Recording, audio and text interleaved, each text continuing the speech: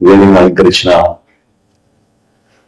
సహచర మంత్రులు, సోదరులు, కందులు కాకినాడ పార్లమెంట్ సభ్యులు మీ అందరి ఆశీర్వచనంతో పవన్ కళ్యాణ్ గారి నాయకత్వంలో లోక్సభలో ఈ రోజున జనసేన పార్టీ లోక్సభ సభ్యుడిగా ఇక్కడ ఎన్నికైనందుకు ఈ సభలో ఉదయ్ కుమార్ గారికి మరొకసారి మనస్ఫూర్తిగా ఉదయ్ శ్రీనివాస్ గారికి మనస్ఫూర్తిగా నేను అభినందిస్తున్నాను. అదేవిధంగా స్థానిక శాసనసభ్యులు పంతం నానాజీ గారికి, సభాధ్యక్షులు బాబు గారికి మీ అందరికీ తెలుసు ఏ విధంగా పార్టీ కోసం మొదటి రోజు నుంచి కూడా కష్టపడి పనిచేస్తున్న వ్యక్తి. సమయం తక్కువ ఉంది కాబట్టి క్షమించాలి గౌరవ శాసనసభ్యులందరికీ, అదేవిధంగా వివిధ కార్పొరేషన్ల చైర్మన్లు, వివిధ జనసేన పార్టీ జిల్లా అధ్యక్షులు, పార్లమెంట్ కోఆర్డినేటర్స్, అదేవిధంగా ఈ కార్యక్రమానికి రాష్ట్ర వ్యాప్తంగా అన్ని ప్రాంతాల నుంచి 14వ తారీఖున మనం జరుపుకునే ఆవిర్భావ దినోత్సవం సక్సెస్ కోసం ఎంతో చిత్తశుద్ధితోటి దూర ప్రాంతాల నుంచి చేసి వచ్చిన మన మిత్రులందరూ కూడా వేదిక అలంకరించిన పిఎస్సి సభ్యులు, ప్రధాన కార్యదర్శులు, అధ్యక్షులు, అదేవిధంగా ఈ ప్రోగ్రామ్స్ కమిటీలో ఉన్న కేకే గారికి, వారి బృందంకి అనేక సందర్భాల్లో మనందరం కూడా కలుసుకుంటూనే ఉన్నాం. ఈ సభ ప్రత్యేకత మనందరం కూడా మన పార్టీ అధ్యక్షులు పవన్ కళ్యాణ్ గారు, జనసేన పార్టీలో ఉన్న జన సైనికులు, మన వీర మహిళలు, వాళ్ళు ఏ విధంగా ఒక అంకిత భావంతో మనలందరికీ కూడా ఒక వేదిక ఏర్పాటు చేశారు. ఆ వేదికలో మనందరం కూడా ఈరోజు పాల్పంచుకుంటున్నాం. ఇంతకన్నా అదృష్టం ఒక రాజకీయ ప్రస్థానంలో ఉంటుందా అనే భావన మనందరికి కూడా రావాలి. ఎందుకంటే ఒక సభ నిర్వహించుకునే ముందు చాలా మంది తెర వెనుక నుంచి పనిచేస్తారు, ముందున్న వాళ్ళు కొంతమంది ఉంటారు. వివిధ జిల్లాల్లో అనేక కార్యక్రమాలు చేసుకుంటూ పార్టీ బలోపేతం కోసం అహర్నిశలు కృషి చేసే వ్యక్తులు చాలా మంది ఉంటారు. 2014లో పవన్ కళ్యాణ్ గారు పార్టీ స్థాపించి ఆ రోజు రాష్ట్రంలో ఉన్న రాజకీయ పరిస్థితులు ఎదుర్కొని వ్యక్తిగతంగా కాకుండా సమాజానికి నేను ఏదో ఉపయోగపడాలనే ఆలోచనతో ఆ రోజు ఆయన వేసిన అడుగు మీరందరూ కూడా చూశారు. ఆ రోజు నుంచి కూడా ఆయనకి అండగా నిలబడిన అనేక మంది ఈరోజు కొంతమందికి అవకాశం కల్పించవచ్చు, కొంతమందికి రాకపోవచ్చు, కానీ మీరందరూ ఆయన దృష్టిలో ఉన్నారు. హరిప్రసాద్ గారు ఉన్నారు ఇక్కడ, ఈరోజు శాసన మండలిలో ఒక సభ్యులుగా, ప్రభుత్వ విప్గా, పార్టీకి రాజకీయ వ్యవహారాల్లో మొదటి రోజు నుంచి కూడా పవన్ కళ్యాణ్ గారితో పాటు ప్రయాణం చేస్తూ, మీ అందరిలో కూడా చాలా మంది, కొంతమందికి తెలియచ్చు, తెలియపోవచ్చు, ప్రతి నెల జీతం రాగానే పార్టీకి 300 రూపాయల నుంచి 500 రూపాయల నుంచి 5,000 వరకు కూడా పార్టీకి డొనేట్ చేసే వ్యక్తులు చాలా మంది మన జనసేన పార్టీలో ఈ రోజుకి కూడా మనస్ఫూర్తిగా అండగా నిలబడతారు. విద్యార్థులు కూడా కష్టపడి పనిచేయాలి, తొందరగా ఉద్యోగం తెచ్చుకోవాలి, ఉద్యోగం రాగానే మొదటి జీతం పవన్ కళ్యాణ్ గారికి, జనసేన పార్టీకి ఇవ్వాలనే తపనతో ఉన్న మంది లక్షల సంఖ్యలో ఉన్నారు. ఈ రోజున ఇతర దేశాలకి వెళ్ళిపోయినా, అక్కడ స్థిరపడ్డా కూడా పార్టీకి నేనేం చేయలేకపోతున్నానే అనే ఆందోళనతో ప్రతిరోజు పార్టీ కార్యక్రమాలు చూసుకుంటూ పార్టీకి ఏదో విధంగా సహాయం అందించాలనే ఉద్దేశంతో అక్కడి నుంచి కూడా మన ఎన్ఆర్ఐ సోదరులు ఎంతో మంది మన అందరిని కూడా సపోర్ట్ చేస్తూ ఉంటారు. నేను ఈ విషయాలు ఎందుకు ప్రస్తావిస్తున్నానంటే, జనసేన పార్టీ అనేది కేవలం రాజకీయ లబ్ధి కోసం స్థాపించిన పార్టీ కాదు. మానవత్వం కోసం, నిజాయితీ కోసం, రాజకీయాల్లో ఒక విలువైన ప్రయాణం చేయాలనే ఆలోచనతో, ఆ ప్రయాణంలో భాగంగా యువతకు ఒక అద్భుతమైన భవిష్యత్తు కల్పించాలి. దేశంలో మనందరం కూడా ఒక మార్పు కోరుకుంటున్నాం. ఆ మార్పు అంటే ఈ విధంగా ఉంటుందని ఒక నాయకత్వం సిద్ధం చేయాలని పవన్ కళ్యాణ్ గారు చేసిన ఈ కష్టమైన ప్రయాణాన్ని మనందరం కూడా ఒక అద్భుతమైన కార్యక్రమం ద్వారా మనం తెలుపుకోవాలి. ఆవిర్భావ దినోత్సవం ప్రత్యేకంగా ఈ పర్టికులర్ ఆవిర్భావ దినోత్సవం పిఠాపురంలో మనం నిర్వహించుకోబోయింది.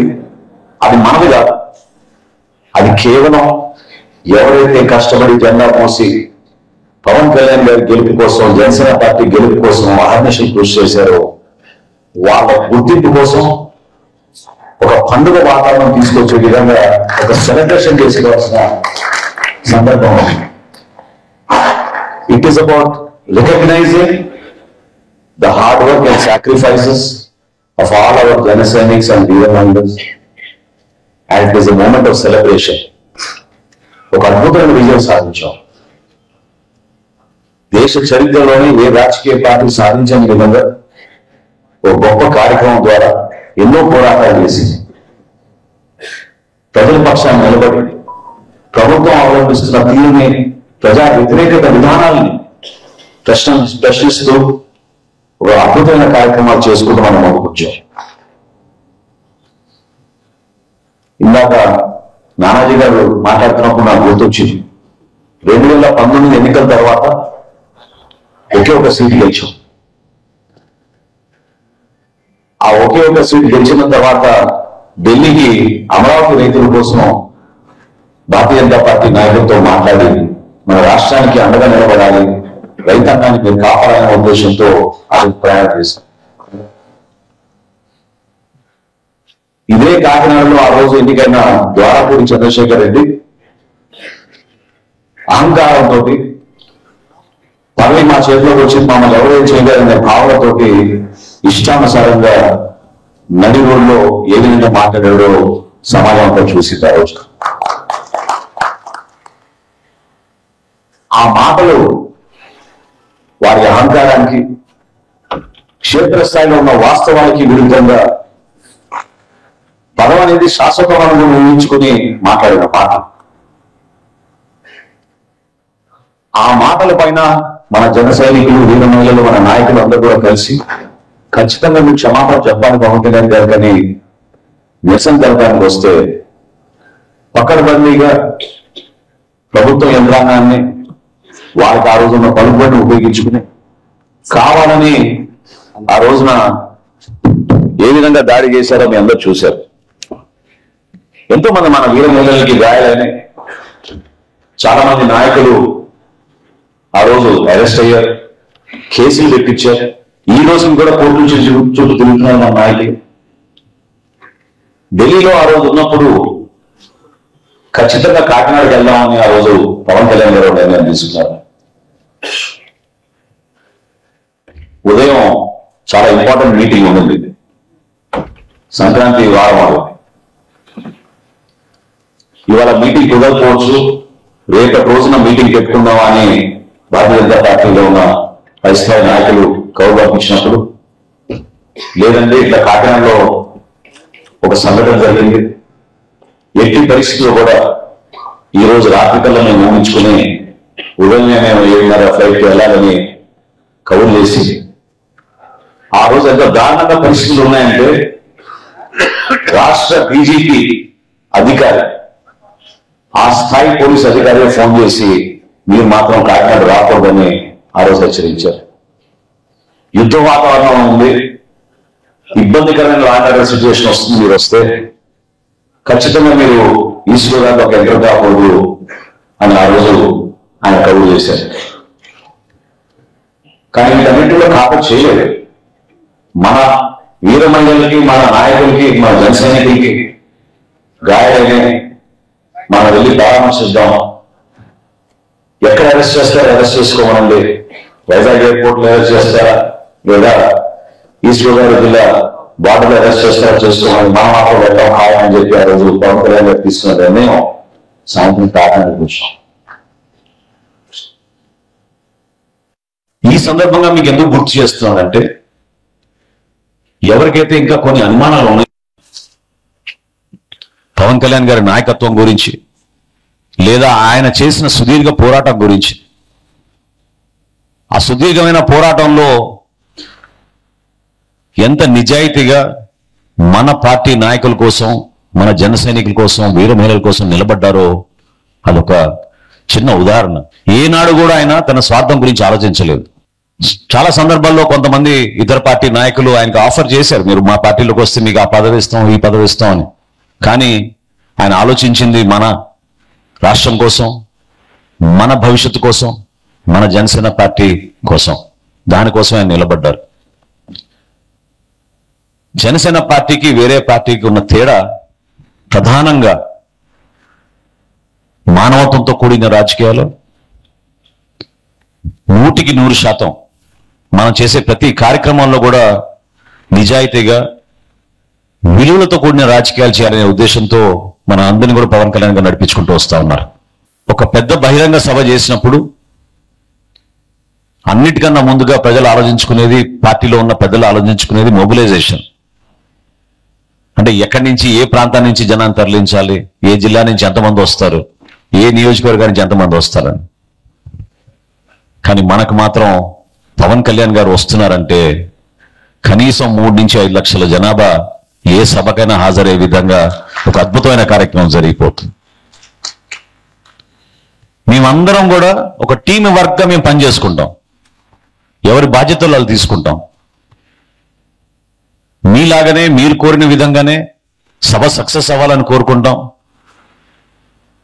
పవన్ కళ్యాణ్ గారికి భద్రతా లోపం ఎక్కడ లేకుండా జాగ్రత్తగా ఆయన వచ్చి మంచి ఉపన్యాసం ఇచ్చి మన భవిష్యత్ ఏంటని మనం తెలుసుకునే విధంగా మనం కూడా సిద్ధం అవ్వడానికి ఆ కార్యక్రమం విజయం కోసం ఆలోచిస్తాం.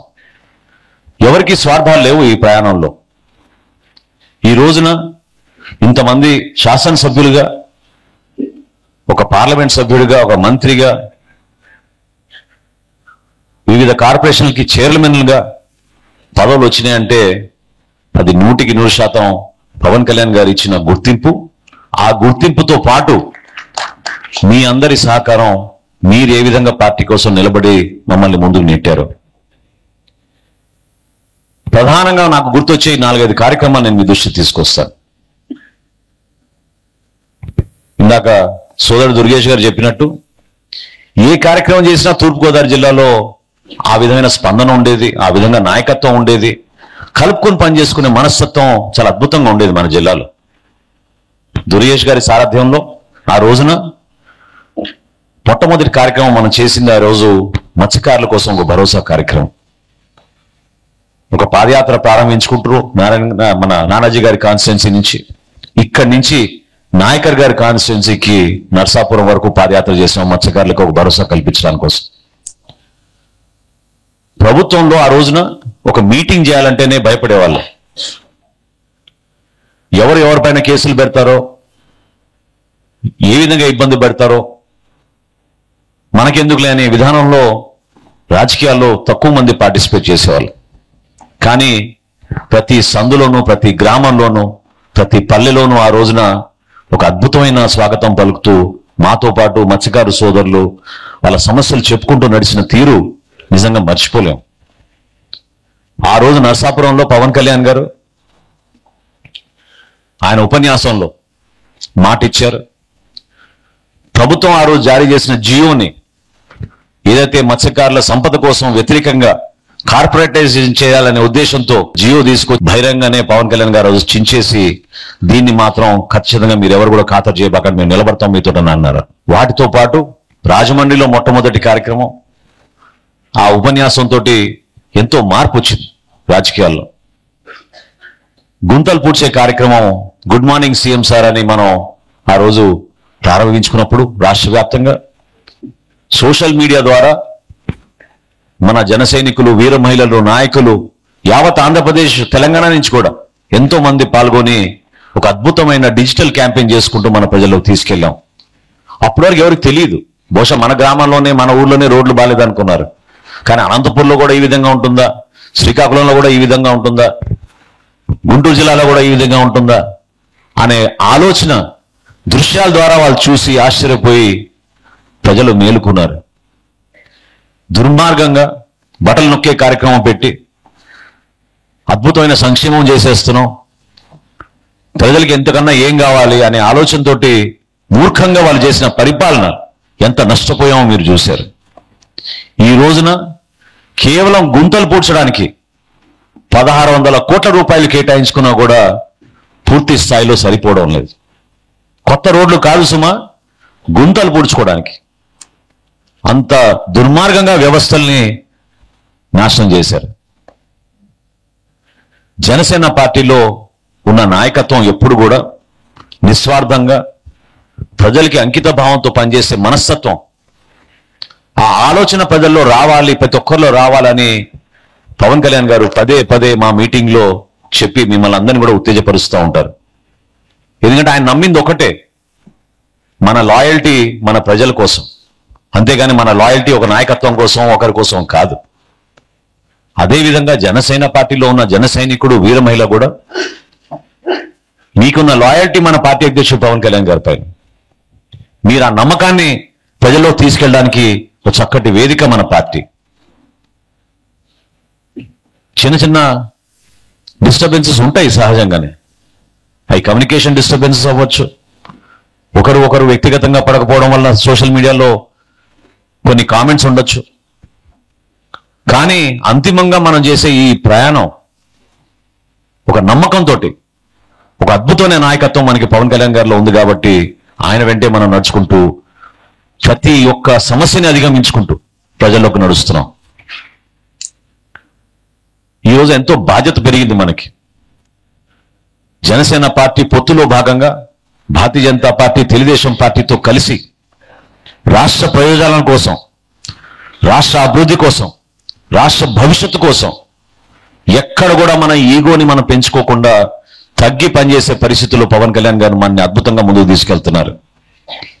ఆ నాయకత్వం ఎందుకు ఆయన ఆలోచించి ప్రతి అడుగు వేస్తున్నారంటే, ఏ ఒక్క పొరపాటు జరిగినా ఆంధ్రప్రదేశ్ నష్టపోతుంది.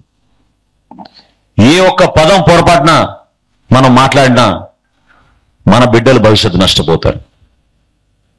రాష్ట్రానికి మేలు జరగాలి, ప్రజలకి మంచి జరగాలి.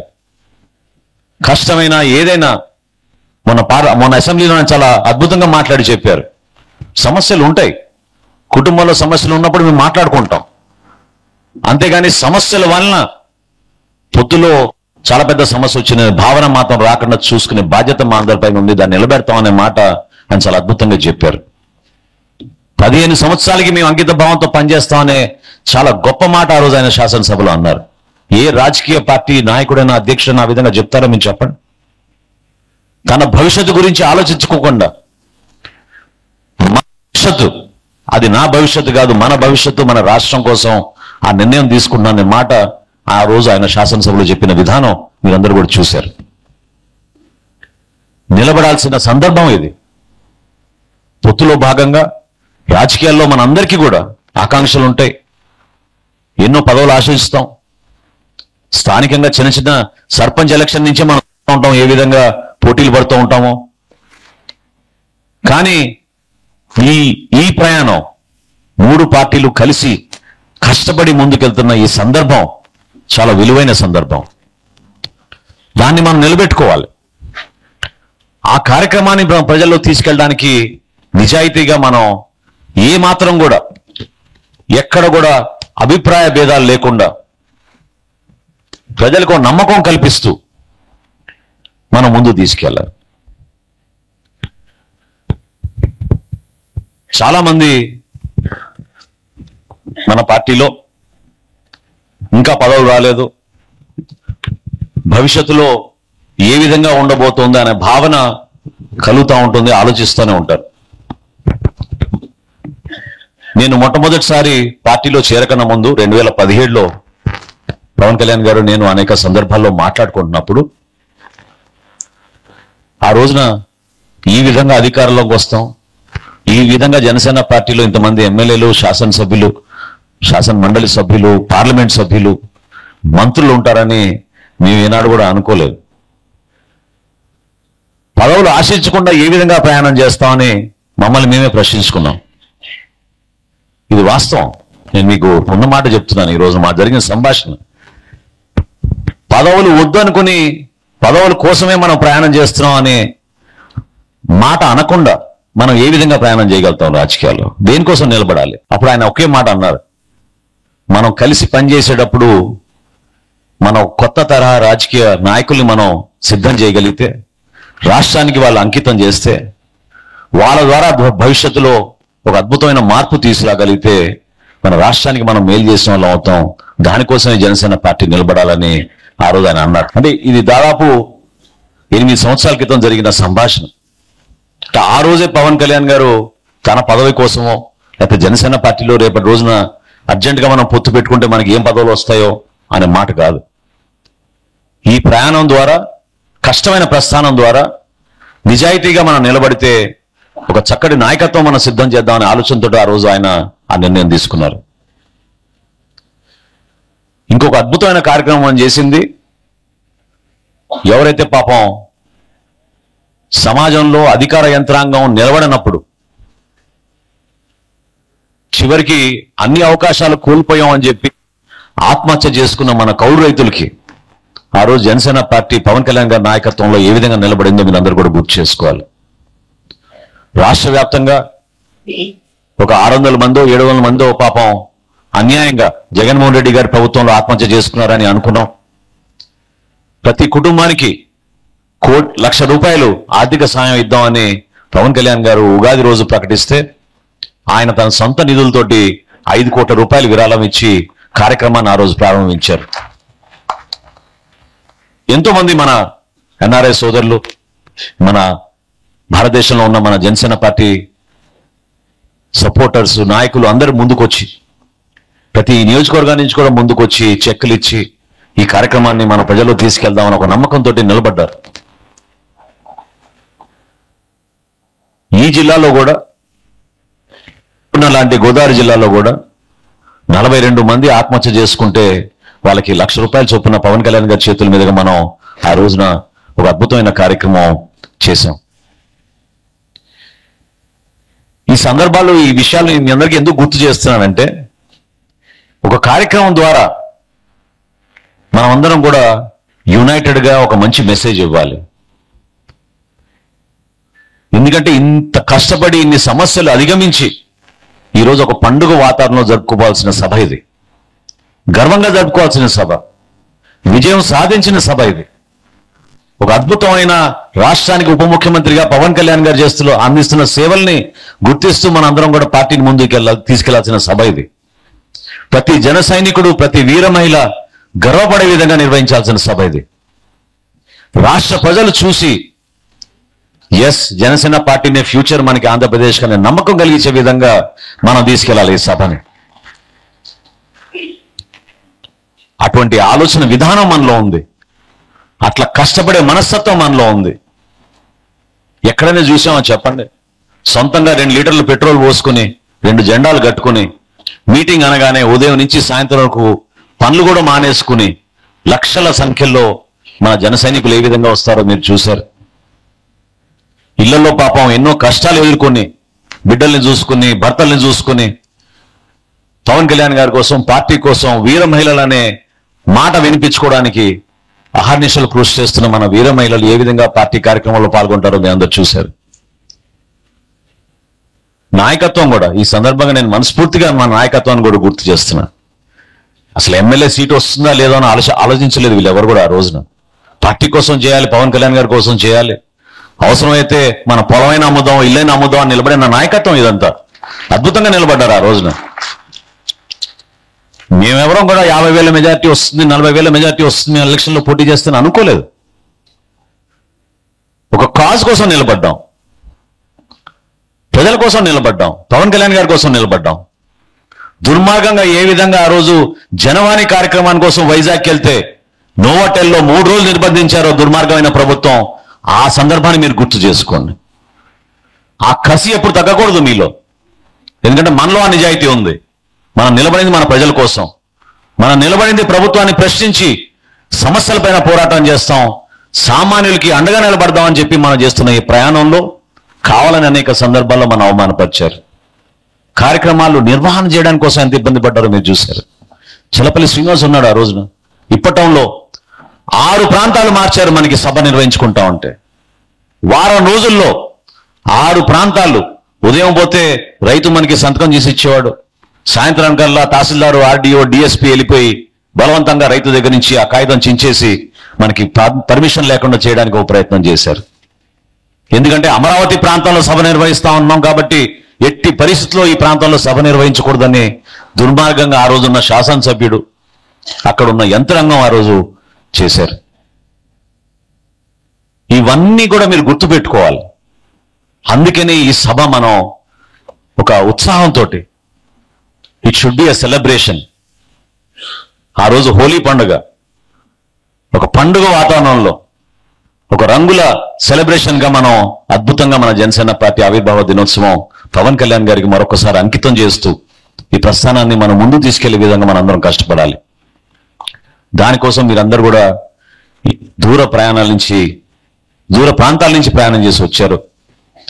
మీ అందరితో పాటు మీ అందరం కూడా ఈరోజు గౌరవ శాసనసభ్యులుగా, గౌరవ పార్లమెంట్ సభ్యులుగా, గౌరవ శాసన మండలి సభ్యులుగా మేము ఉన్నామంటే, వివిధ కమిటీ చైర్మన్గా మేము ఉన్నామంటే అది మీకు నాయకత్వం వహించడానికి కోసం కాదు, కానీ మీతో పాటు మేము కూడా నడిచి ఈ కార్యక్రమానికి మన వంతు మనం సహాయం అందించి మనకిచ్చిన బాధ్యతని అద్భుతంగా ముందుకు తీసుకెళ్లాల్సిన అవసరం ఇది. 254 మందితో మన కమిటీలు వేసుకున్నాం. అందరినీ కూడా రాష్ట్ర వ్యాప్తంగా, దేశవ్యాప్తంగా, ఇతర దేశాల నుంచి కూడా కొంతమంది ఆల్రెడీ టికెట్లు బుక్ చేసుకుని వస్తున్నాం అని చెప్పి మెసేజ్లు పెట్టారు. వాళ్ళందరినీ కూడా మనం అతిథులుగా ఆహ్వానించి పిఠాపురంలో జరుపుకుంటున్న సందర్భంలో పిఠాపురంలో కూడా ఒక భారీ రిసెప్షన్ కమిటీ వేసి పిఠాపురంలో ఉన్న ప్రతి నాయకుడికి ఒక చక్కటి అవకాశం, జనసేన పార్టీ ఆవిర్భావ దినోత్సవం ఈ విధంగా జరుగుతుంది మీ నియోజకవర్గంలో, మీకు కృతజ్ఞతతోటి మీరందరూ కష్టపడి పవన్ కళ్యాణ్ గారిని గెలిపించినందుకు ఈ విధంగా మేము ఏర్పాట్లు చేస్తున్నామని చూపించుకోవాల్సిన సందర్భం కూడా మనందరం కూడా దీన్ని ఉపయోగించుకోవాలి. ఈ 12-14 కమిటీల్లో కూడా కొన్ని జనరల్ గైడ్ లైన్స్ ఉంటాయి. మీరందరూ కూడా ఈరోజు సాయంత్రం కల్లా మనం 4ంటికి మళ్ళీ సభాస్థలానికి వెళ్ళి అక్కడ ఒక చక్కటి పూజా కార్యక్రమం చేసి పనులు ప్రారంభించి ఈ రోజు నుంచి మార్చి 13వ తారీఖు వరకు రాత్రి పగలు కలిసికట్టుగా ఎక్కడ కూడా కమ్యూనికేషన్ గ్యాప్ లేకుండా ఒక అద్భుతమైన కార్యక్రమం చేయాల్సిన బాధ్యత మన పైన మన పార్టీ అధ్యక్షులు పవన్ కళ్యాణ్ గారు అప్పగించారు కాబట్టి చేసి చూపిద్దాం. ఎవరికి కూడా ఎక్కడ కూడా చిన్న చిన్న గ్యాప్స్ కానివ్వండి, డిస్టర్బెన్సెస్ కానివ్వండి, సమస్యలు లేకుండా మీరు సమయం వెచ్చించి పార్టీ కోసం, మన పార్టీ అధ్యక్షులు పవన్ కళ్యాణ్ గారి కోసం నిలబడాల్సిన సందర్భం ఇది. అధికారంలో వచ్చేసాం కదా, ఏర్పాట్లు ఆటోమేటిక్గా అయిపోతాయి, లేదంటే ప్రజలు వాళ్ళంటే వాళ్ళే వస్తారు అనే ఆలోచన మనం పక్కన పెట్టి మనకి బాధ్యత పెరిగింది. ఎంతో జాగ్రత్తగా, ఓపికగా, ఎక్కడ కూడా పొరపాటున ఒక మాట కూడా, ఒక పదం కూడా మనం మాట్లాడకుండా, ఎవరిని కూడా మనం ఇబ్బంది పెట్టకుండా ఈ కార్యక్రమాన్ని ముందు తీసుకెళ్లాల్సిన బాధ్యత మన పైన ఉంటుంది. ఎంతో మంది మన పార్టీ నుంచి వాలంటీర్స్ గా పనిచేస్తారు. మీరందరూ చూస్తూ ఉండొచ్చు, ఎప్పటి నుంచో చూస్తూ ఉండొచ్చు. ఎందుకంటే మన గతంలో ఒక 3 లక్షల మంది మీటింగ్ అంటే 4-5 వచ్చేవాళ్ళు పోలీస్ కానిస్టేబుల్, అంతకన్నా ఎక్కువ ఇచ్చేవాళ్ళు కాదు. పవన్ కళ్యాణ్ గారి సెక్యూరిటీ కోసం కానివ్వండి, సభలో మనం ఏర్పాటు చేసుకోవాల్సిన అరేంజ్మెంట్స్ గురించి కానివ్వండి, ఎన్నిసార్లు మనం రిప్రజెంటేషన్స్ పెట్టుకున్నా కూడా పంపిస్తున్నాం అని చెప్పేవాళ్ళు, కానీ మహా అయితే 40 మంది పంపించారు. కానీ ఏ కార్యక్రమైనా సక్సెస్ అయిందంటే అది మన వాలంటీర్స్, మన జన సైనికులు, మన వీర మహిళలు వీళ్ళందరూ కూడా నిలబడి చేశారు. దెబ్బలు తిన్నాం, శారీరకంగా దెబ్బలు తిన్నాం, మానసికంగా కూడా మనం ఇబ్బందులు పడ్డాం. సోషల్ మీడియాలో ఏ విధంగా మనల్ని కూడా అవమానపరిచారో ప్రతి సందర్భంలో మీరు అందరు చూశారు. ఈ రోజుకి కూడా అదే కంటిన్యూ చేస్తున్నారు. పవన్ కళ్యాణ్ గారి పైన వ్యక్తిగతంగా విమర్శించడం ఒక అలవాటుగా మారిపోయి గత 10-11 సంవత్సరాల నుంచి ఆయన టార్గెట్ చేసి రాజకీయాలు ఆయన ఉంటే ప్రమాదం మాకు అనే ఆలోచనతోటి వాళ్ళందరూ కూడా వ్యవహరించారు. కానీ ఎంత మొండిగా, ఎంత ధైర్యంగా, ఎన్ని కష్టాలైనా నష్టాలైనా నిలబడ్డారో పవన్ కళ్యాణ్ గారిని చూసి మనందరం కూడా నేర్చుకోవాలి. మొండిగా వ్యవహరిద్దాం. మనం రాజకీయాల్లో మనం కోఆపరేట్ చేయడానికి సిద్ధంగా ఉన్నాం, కానీ ఒకరికి సబార్డినేట్ గా చేయడానికి మాత్రం మనం సిద్ధంగా లేవు. అందరం కలిసి కోఆర్డినేట్ చేసుకుందాం, అందరం కలిసి మన కోఆపరేషన్ అందిద్దాం. కానీ ఎవరో పెద్ద ఎవరో చిన్న అని కాదు. ఇక్కడ అందరం కలిసి పనిచేస్తేనే ఇంత అద్భుతమైన విజయం సాధించగలిగాం. ప్రజల్లో ఒక నమ్మకం తీసుకురాగలిగాం. ఏ రోజు కొన్ని సంఘటనలు జరిగినాయో మీ అందరు గుర్తుపెట్టుకోండి. గౌరవ ముఖ్యమంత్రి గారు చంద్రబాబు నాయుడు గారిని ఆ రోజు అరెస్ట్ చేసినప్పుడు హైదరాబాద్ నుంచి విమానంలో పవన్ కళ్యాణ్ గారు స్పెషల్ ఫ్లైట్ లో వస్తుంటే గన్నవరం ఎయిర్పోర్ట్ లో ఫ్లైట్ కూడా ల్యాండ్ అవ్వనీయకుండా చేశారు వీళ్ళు దుర్మార్గంగా. అసలు భారతదేశంలో అటువంటి సంఘటన జరుగుతుందనేది నేనే చూడలేను, సర్ప్రైజ్ అయ్యాను నేను. ఎందుకంటే ఎయిర్పోర్ట్కి వెళ్ళి నేను రిసీవ్ చేసుకోవడానికి పవన్ కళ్యాణ్ గారి ఫ్లైట్ టేక్ ఆఫ్ కానివ్వకుండా బేగంపేట ఎయిర్పోర్ట్కి మెసేజ్ పంపించి జిల్లా ఎస్పీ తోటి లా అండ్ ఆర్డర్ సమస్య ఉంది ఇక్కడ, పవన్ కళ్యాణ్ గారు రాకూడదని చెప్పి ఫ్లైటే టేక్ ఆఫ్ కానివ్వలేదు. అయినా మొండిగా ఆయన రోడ్డు పైన ప్రయాణం చేసుకుంటూ వచ్చారు. ఆ రోజు కోదాడి నుంచి ఏ విధంగా మన తెలంగాణ సోదరులందరూ కూడా ఆ రోజు స్వాగతం పలికి ఆయనతో పాటు ప్రతి అడుగు ఇబ్బంది పెట్టినా కూడా మన జన సైనికులు, మన నాయకులు, ప్రతి కార్యక్రమంలో నిలబడిన వ్యక్తులు ఆ రోజున పోలీస్ యంత్రాంగం జీపీలో ఆ రోజు తీసుకుపోతుంటే ఎంత ఇబ్బందికరమైన పరిస్థితుల్లో కూడా, వర్షంలో కూడా మహిళలు పాపం రాత్రి 3 వరకు రోడ్లపై నిలబడి పవన్ కళ్యాణ్ గారిని మాత్రం అరెస్ట్ చేయకూడదని చెప్పి పోలీసులతోటి వాగ్వాదం ఏ విధంగా జరిగిందో మీరు అందరూ చూశారు. అదే టర్నింగ్ పాయింట్ ఆంధ్రప్రదేశ్ రాజకీయాల్లో. అది మర్చిపోకూడదు, ఎవరు కూడా, ఏ పార్టీ కూడా మర్చిపోకూడదు. అక్కడి నుంచి రాజమండ్రి జైలుకి వచ్చి ఆ రోజున భారతీయ జనతా పార్టీ నాయకులను కూడా నేను ఒప్పిస్తాను, మన రాష్ట్రం కోసం పొత్తు ఎంతో అవసరం, కలిసి మనం పోరాటం చేద్దామని ఒక బలమైన నమ్మకంతో ఇచ్చిన ఆయన స్టేట్మెంటే మన అందరినీ కూడా ఈరోజు ఇక్కడ కూర్చోబెట్టింది. ఆ గౌరవం మనలో పెంచింది. చాలా మంది ఇబ్బంది పడ్డారు, 24 సీట్లేనా అన్నారు, తిట్టారు, కొంతమంది కొట్టడానికి వచ్చారు. ఇవన్నీ చూసాం. కానీ మనం ఒక నమ్మకంతో, ఒకే ఒక ఆలోచనతో, what ever our leader thinks, what ever decision he takes, we have to be loyal to our leader, we have to stand by our leader. అటువంటి నాయకత్వం ఆయనలో ఉంది. ఎందుకంటే స్వార్థం లేని నాయకత్వం. స్వార్థం ఉంటే రకరకాలుగా డిస్టర్బెన్స్ వస్తూ ఉంటాయి. స్వార్థం లేని నాయకత్వం కాబట్టి ఆ నాయకత్వాన్ని చూసి మనం ముందుకెళ్ళాలి. ప్రతిరోజు మనం అందరం ఇక్కడ కలుసుకుందాం. ఇక్కడే కాకినాడలో ఒక కంట్రోల్ రూమ్ ఏర్పాటు చేయబోతున్నాం. దీని వెనకాలే ప్రతిరోజు మనం మానిటర్ చేసుకుందాం. వాట్సాప్ గ్రూపులు ఏర్పాటు చేసుకోండి మీ కమిటీలన్నీ కూడా. మీకు ఎప్పుడు ఏ సమయంలో మీకు ఒక డౌట్ ఉన్నా కూడా మీరు హరిప్రసాద్ గారినో చక్రవర్తి గారినో మీరు కాంటాక్ట్ అవ్వండి. గ్రౌండ్ ఏర్పాట్లన్నీ మన కేకే గారు వాళ్ళ బృందం అంతా కూడా కష్టపడతారు. టెక్నికల్ గా, విజువల్ గా, ఫిజికల్ గా మనం చేసే అరేంజ్మెంట్స్ గతంలో ఏ ఆవిర్భావ దినోత్సవం కన్నా అద్భుతంగా చేయబోతున్నాం. దానికి మీరందరూ కూడా సహకరించాలి. సమయం తక్కువ ఉంది.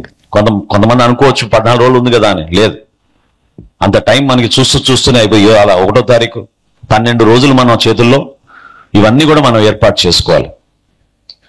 వివిధ పార్లమెంటు కోఆర్డినేటర్స్ ఎవరైతే నియమించారో వాళ్ళందరినీ నేను రిక్వెస్ట్ చేస్తున్నాను, మీరు ఒక ప్రణాళిక సిద్ధం చేసుకోండి. మీ ప్రాంతంలో ఉన్న గౌరవ పార్లమెంట్ సభ్యులు, గౌరవ శాసనసభ్యులతో మీరు కోఆర్డినేట్ చేసుకుని మన నాయకులందరినీ కూడా ఈ సభలో హాజరయ్యేటట్టు మనం చేసిన ఈ కృషిని గుర్తు చేస్తూ మీరందరూ కూడా కలిసిమెలిసి ముందుకు రావాలి, బాధ్యత తీసుకోవాలి.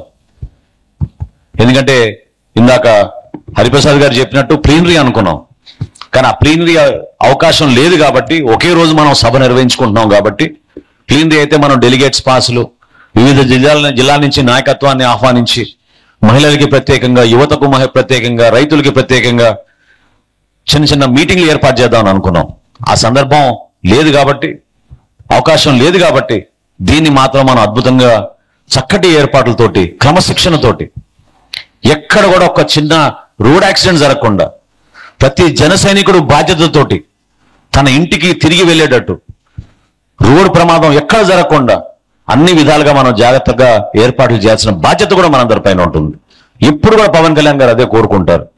ఈ బైక్ ర్యాలీలు ఇవన్నీ చేసి హడావడి పడి ఎవరికైనా ఇబ్బంది కలుగుతుందనే ఒక ఆందోళన, ఆవేదన ఎప్పుడు ఉంటుంది ఆయనలో. ఆయన మనసును కూడా మీరు తెలుసుకునే విధంగా దయచేసి ప్రతి ఒక్కరు కూడా క్రమశిక్షణతో పనిచేయండి.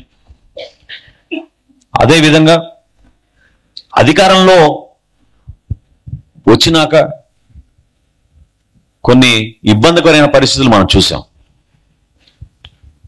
రాష్ట్రంలో ఎక్కడ కూడా నిధులు సేకరించాలన్నా, కార్యక్రమాలు చేయాలన్నా కూడా చాలా ఇబ్బందికరమైన పరిస్థితులు చూస్తున్నాం. నిన్న బడ్జెట్ సందర్భంలో మేము అందరం కూర్చుని మాట్లాడుకున్నప్పుడు లెజిస్లేచర్ పార్టీలో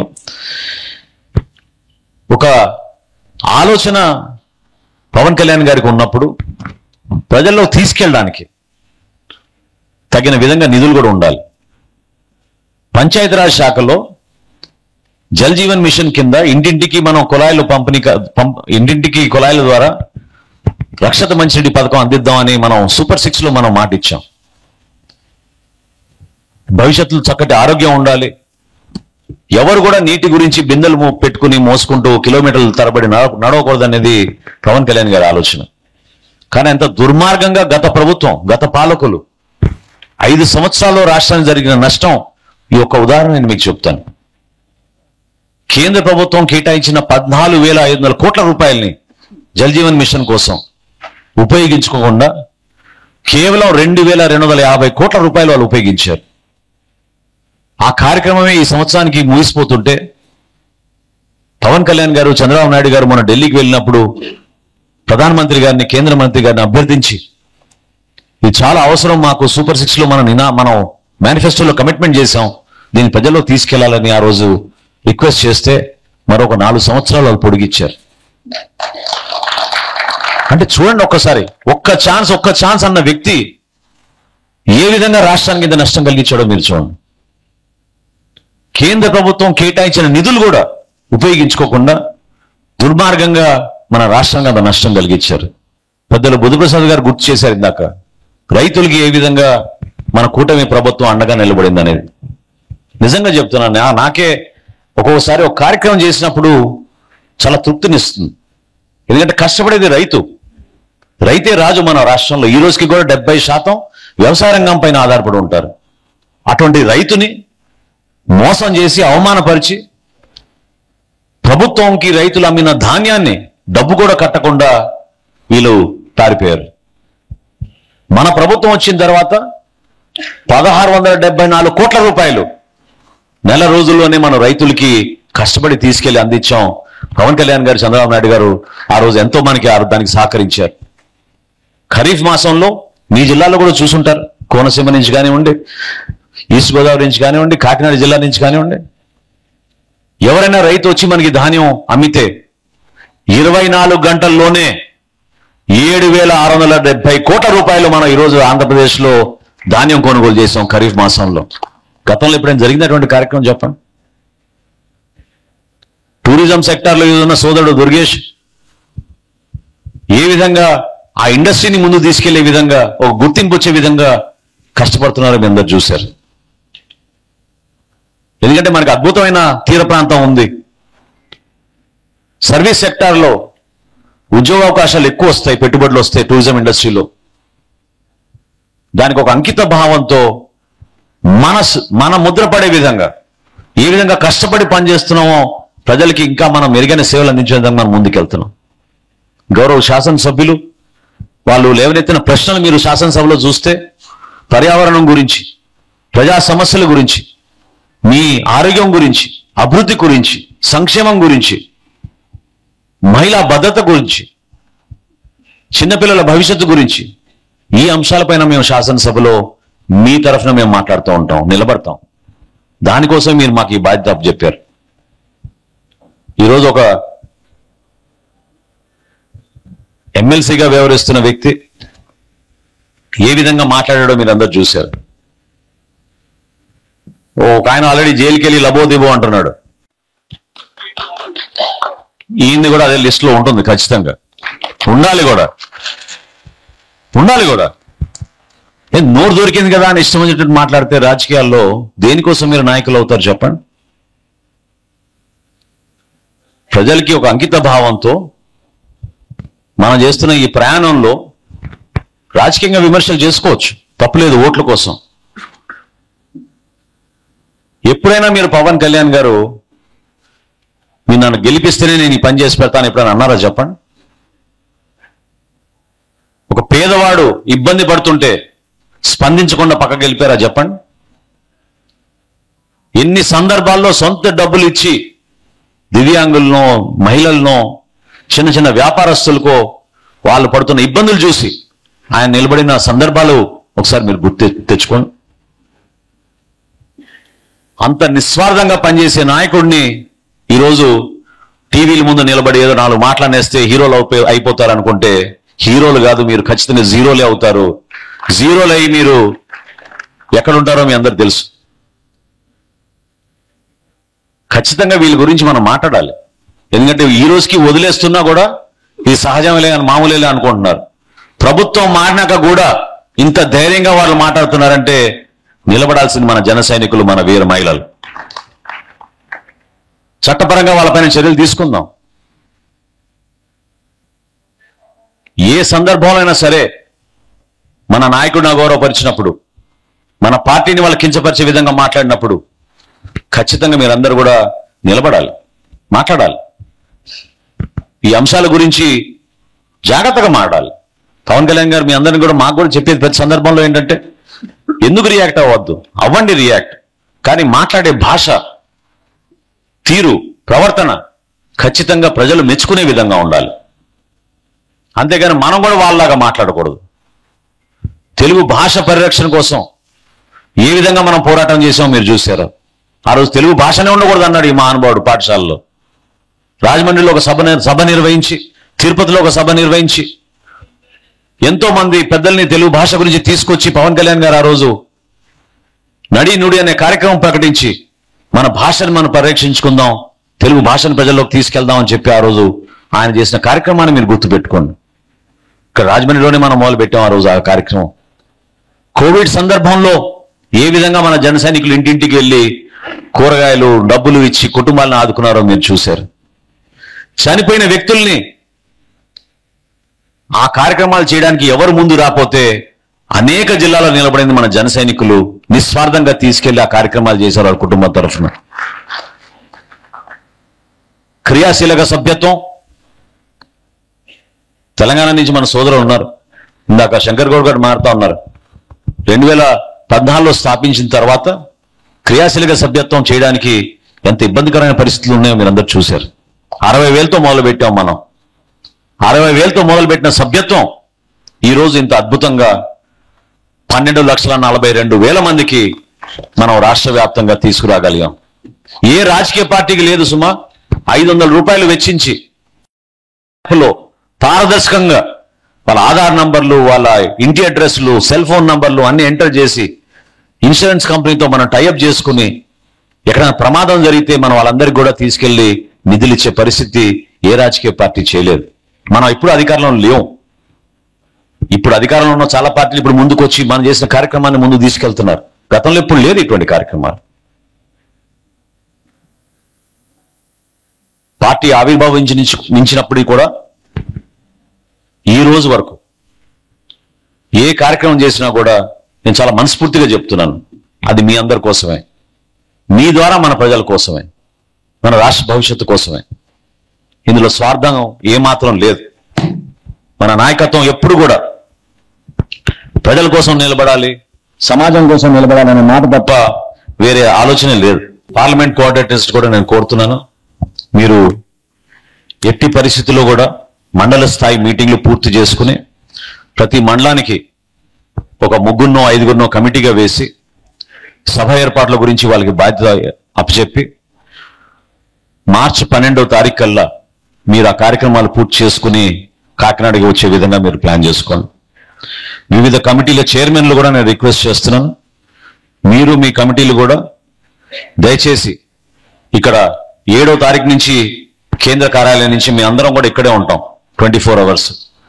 సో ఆ సందర్భంలో కూడా మీరు కూడా మీకు ఇచ్చిన బాధ్యతని పూర్తి చేసుకుని మీ సబ్ కమిటీలు ఏర్పాటు చేసుకుని మీరందరూ కూడా ప్రతిరోజు మనం ఇక్కడే మనం కలిసి మాట్లాడుకుని ఏ విధంగా కొన్ని కార్యక్రమాలు జరుగుతున్నాయో, డెవలప్మెంట్స్ ఏమైనా ఉన్నాయా, ఏమైనా చిన్న చిన్న అరేంజ్మెంట్స్ చేయాలా ఏంటనే దానిపైన మన అందరం కూడా లోతుగా సమీక్షించుకోవాలి. ఇక్కడ ఒక కంట్రోల్ రూమ్ ఏర్పాటు చేయబోతున్నాం. ప్రతిరోజు మనం ప్రెస్ మీట్ ఏర్పాటు చేస్తాం. ప్రెస్ మీట్లో మన అనేక అంశాల గురించి ప్రస్తావిస్తాం. మన భవిష్యత్తులో మనం నడుచుకోబోయే బాట గురించి కొన్ని ప్రధానమైన అంశాలు ఏవైతే మన పార్టీ అధ్యక్షులు పవన్ కళ్యాణ్ గారు చెప్పారో అవి ప్రజల్లో తీసుకెళ్లాల్సిన సందర్భం ఇది. వాటి గురించి కూడా మనం మాట్లాడుకోవాల్సిన అవసరం తప్పకుండా ఉంది. మనకున్న బాధ్యతని మనందరం కూడా దయచేసి ప్రజల కోసం తీసుకెళ్దాం. ఏ విషయమైనా కానివ్వండి, ఇది పార్టీ ప్రోగ్రామ్ అనేది ఒక ఆలోచన అయితే ఈ పార్టీ ప్రోగ్రాం ఈ వేదిక ద్వారా అంతిమంగా మన ఆంధ్రప్రదేశ్ ప్రజలకి ఒక చక్కటి అవకాశంగా మనం భావించుకోవాలి. ప్రతి ఒక్కరిని పార్టిసిపేట్ చేసే విధంగా మనం ముందుకెళ్దాం. అవసరమైతే మనం మన కూర్చి ఇంకొకరికి ఆహ్వానిద్దాం, వాళ్ళకి కూర్చోబెడదాం, గౌరవంగా చూసుకుందాం. పిఠాపురం నుంచి వచ్చిన ప్రతి ఒక్కరిని కూడా నేను కోరుతున్నాను, మీకు కూడా ఇది ఒక సువర్ణ అవకాశం, ఒక అద్భుతమైన కార్యక్రమం. మరెడ్డి శ్రీనివాస్ గారిని కూడా నేను అదే కోరాను, ఎంతమంది ముందుకు వస్తే అంతమందికి మనం అవకాశం ఇద్దాం. హరిప్రసాద్ గారితో అన్నాను, పిఠాపురం నియోజకవర్గానికి సపరేట్ కాన్స్టిట్యున్సీకి ఒక సపరేట్ కమిటీ వేద్దాం మనం. ఎందుకంటే నిజంగా మీలో ఉన్న ఉత్సాహాన్ని ఎక్కడ కూడా తగ్గించకూడదు, మీకు అవకాశం కల్పించాలి.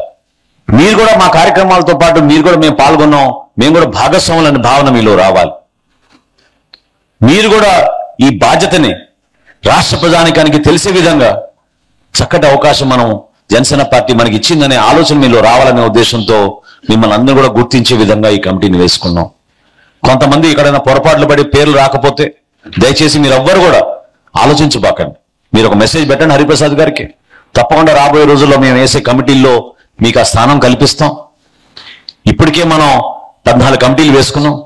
ప్రతి కమిటీకి ఒక బాధ్యత ఉంటుంది, ఒక రెస్పాన్సిబిలిటీ ఉంది, ఒక టైం లైన్ ఉంటుంది, ఒక డ్యూటీ ఉంటుంది. ఆ డ్యూటీ నెరవేరే విధంగా మనం ఈ కార్యక్రమాన్ని ముందుకు తీసుకెళ్ళాలి. సాయంత్రం 4ంటికి మనందరం కూడా సభాస్థలిలో కలుద్దాం. ముహూర్తం ప్రకారంగా ఒక మంచి టైంకి కార్యక్రమం ప్రారంభించుకుని అక్కడి నుంచి మనం చేసే ప్రతి అడుగు కూడా మన పవన్ కళ్యాణ్ గారి నాయకత్వాన్ని బలపరిచే విధంగా జనసేన పార్టీకి ఒక అద్భుతమైన భవిష్యత్తు ఉండే విధంగా మనందరం కష్టపడి పనిచేద్దాం. ఈరోజు ఈ కార్యక్రమం ద్వారా మనం పంపించాల్సిన సంకేతం, పంపించాల్సిన మెసేజ్ ఒకటే, అందరం మన యునైటెడ్ గా ఒక టీమ్ ఎఫర్ట్ చేసి పవన్ కళ్యాణ్ గారి నాయకత్వంలో జనసేన పార్టీకి మరొకసారి మన అంకిత భావంతో పనిచేసుకుంటూ రాష్ట్ర ప్రజానికానికి ఒక అద్భుతమైన భవిష్యత్తు ఉందని ఒక నమ్మకం, భరోసా జనసేన పార్టీ మీ వెంట ఉంటుందని కల్పించడానికి కోసం చేస్తున్న ఈ ప్రయత్నాన్ని మీరందరూ కూడా బలపరచమని ఈ కార్యక్రమానికి మీరు హాజరైనందుకు పవన్ కళ్యాణ్ గారి తరఫున జనసేన పార్టీ తరఫున మనస్ఫూర్తిగా మిమ్మల్ని అందరినీ కూడా అభినందిస్తూ నమస్కరించుకుంటూ చక్కటి ఏర్పాట్లు చేసినందుకు నానాజీ గారికి మరొకసారి అభినందిస్తూ మేమందరం కూడా మీతో పాటే కలిసి ఉంటాం, మనందరం కలిసి ముందుకెళ్దాం, పవన్ కళ్యాణ్ గారి నాయకత్వాన్ని ప్రజల్లో తీసుకెళ్దామని మరొకసారి పిలుపునిస్తూ ధన్యవాదాలు. జై జనసేన, జై జనసేన.